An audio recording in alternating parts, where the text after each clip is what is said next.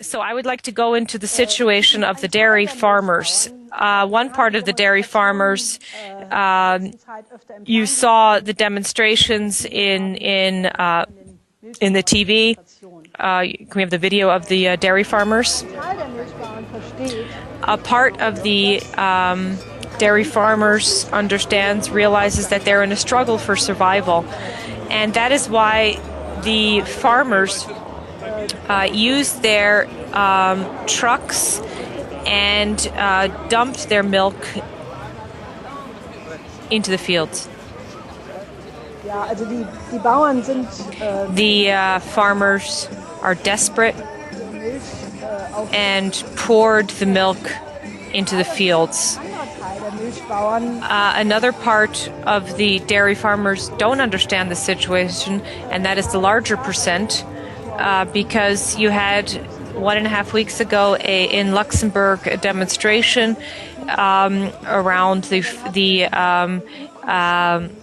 farming ministers getting together, and Fischer-Böll, who is the agricultural minister of Germany, and what she's going to do is she's going to take 280 million out of her pocket somehow and give it to the farmers. That means that each farmer will receive about 1,000 euros more. But many farmers are losing 8,000 euros per week. So if you have 25 cents per liter of milk, and when the true costs are 43% per liter, that's what they absolutely need as a minimum, that means that they cannot survive.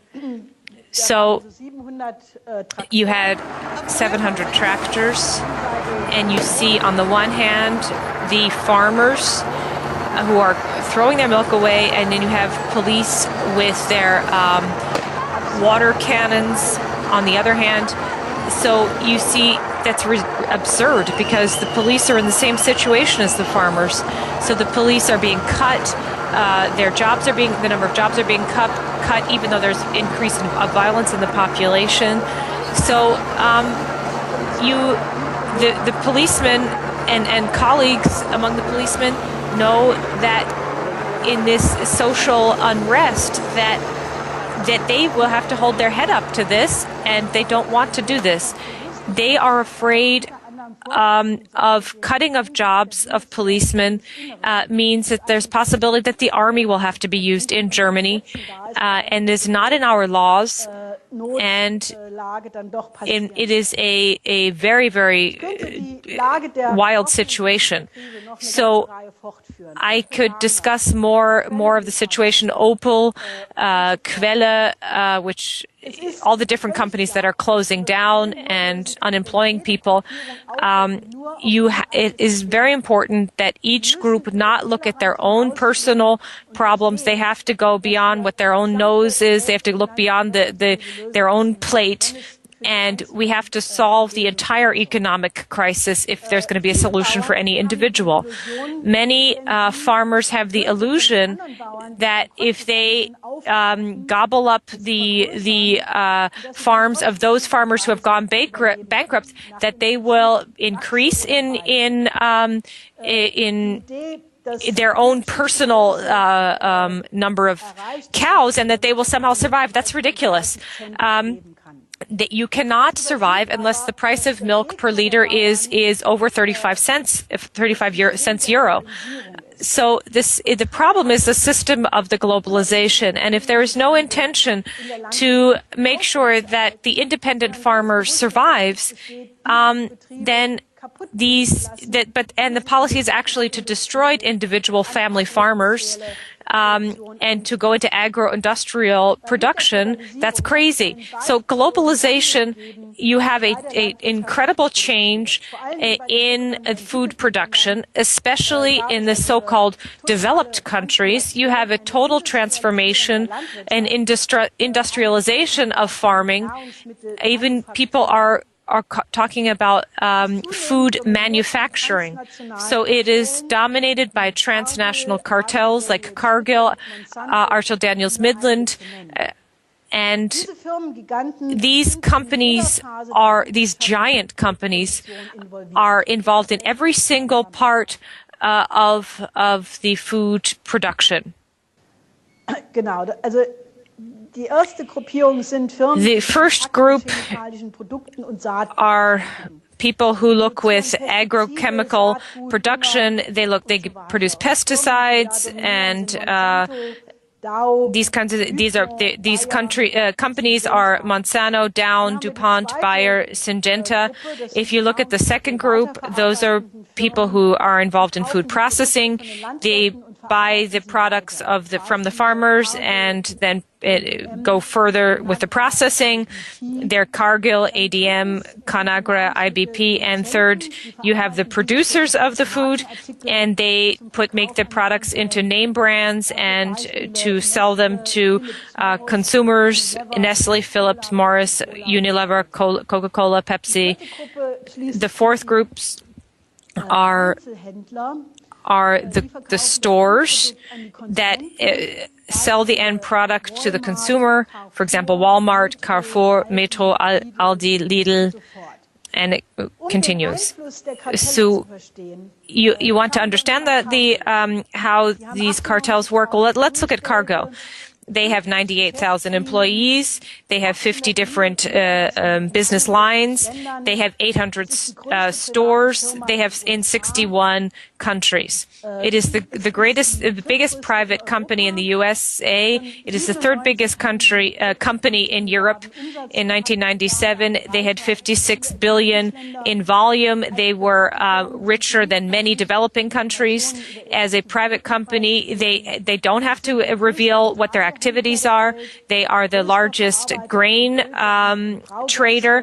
They are the biggest processor of oil seeds, of barley, and 1/4 of the whole world grain production. That gives this cartel an incredible power, and either they can overfloat the entire economy with grain, or they can just simply hold back grain. They have their own satellites that allow them to look at whether there will be floods or dry times. They are the biggest beef packer in Canada. They are the second biggest phosphate producer in the world. They are involved in salt, peanuts, coffee, river transport with sugar beets, processing of rice, seeds, citrus fruits. And these cartels build groups that work together and to increase their power. For example, Cargill, Monsanto work together. They have the top of a pyramid that work together, and they have a very complicated network of companies. There is no transparency whatsoever. This process of cartelization is increasing so that a smaller amount of companies through horizontal and vertical networking have a control over the entire farming and food process. So that incredible power concentration, they dictate all kinds of aspects of the production, not only quality but also quantity. Monsanto is famous for its one-time seed, which the farmers can buy from Monsanto, but they cannot reuse their own seed. So each year they have to buy seed again at Monsanto, and farmers are brought into a process of dependency from planting to selling. So these 4 steps in every production process, the cartels are involved. That means that the profits are very, very high, but not for the farmers. The farmers are losing the most and are forced to accept the conditions of the cartels. So the entire food processing of humanity is being controlled by a very, very small amount of people, And their idea is not to make sure that people get food, but it's about profit. If you look at the situation of dairy production in Europe, Nestle plays a very important role. What Europe exports is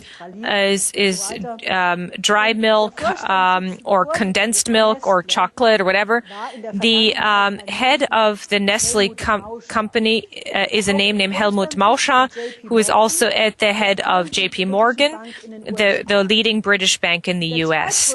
The second biggest dairy producer, Borden, in 1995, was bought up by Kohlberg, Kravis, and Roberts, a very well-known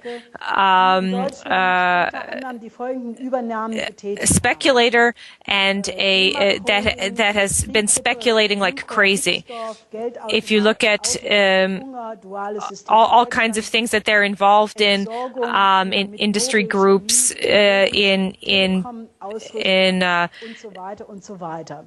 in chemistry, in telecommunications. So, of course, all kinds of speculators that have invested in this want to go into the shareholder value. They want the most profit possible. The idea is to buy cheap, sell dear, and they want the highest profit possible. Therefore, the dairy farmers should deliver as cheaply as possible, and they want to sell it as dearly as possible. That means that they can profit the most.